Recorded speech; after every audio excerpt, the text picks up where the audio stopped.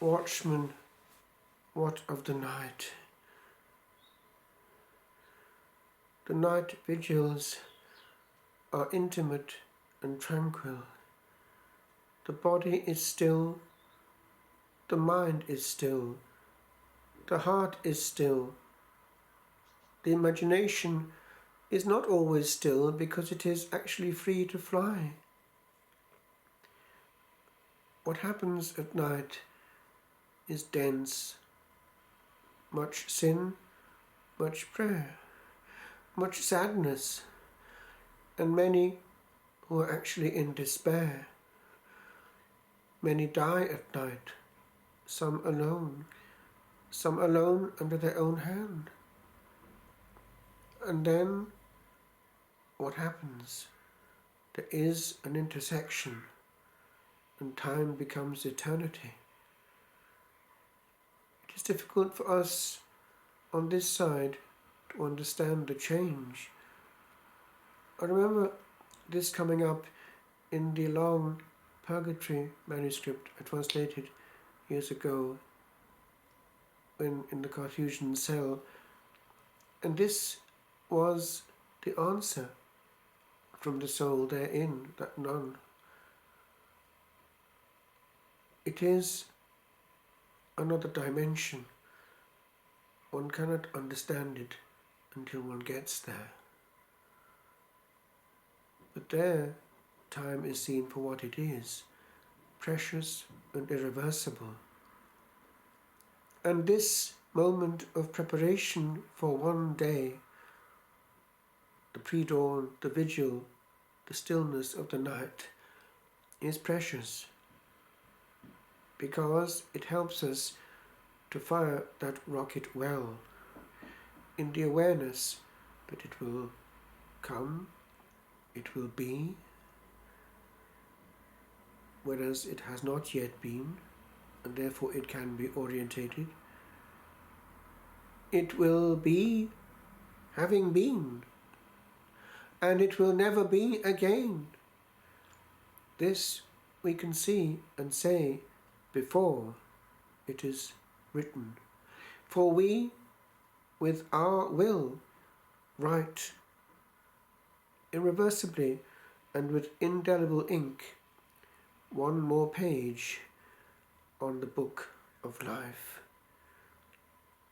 And on this journey of a day, we travel once and once only, and will never return again, except in memory, which actually will go on with us into eternity. Our days, therefore, live on in the form that we have written them, that we ourselves have written them. We have power over time before it comes and when it's happening, but then we have no more.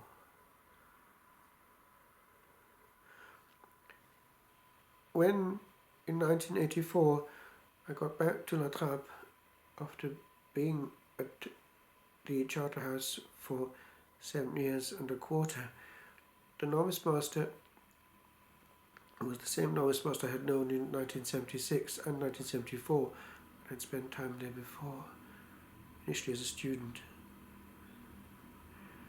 He wanted me to put back on my wrist the useful wristwatch which had been idle for 7 years and a quarter.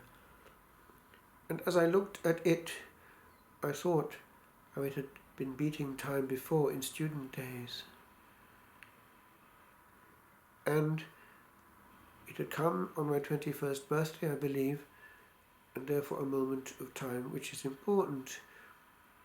And it had stopped beating, but then it was beating again. And I looked at it, and it looked at me, and I was looking at the face of time.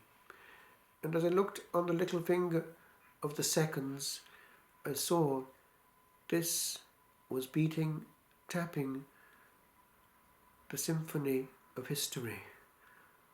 It was the little finger that ruled the cosmos.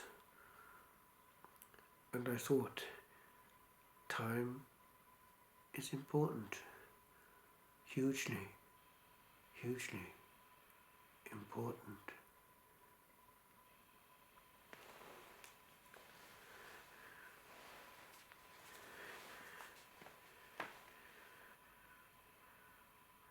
Thou hast been silent long, mine ancient friend, and these thy little hands have idle been. Thy tiny voice, these ears, no sound would send across the silence that now lies between the past, that this thy hand did with me beat too quickly.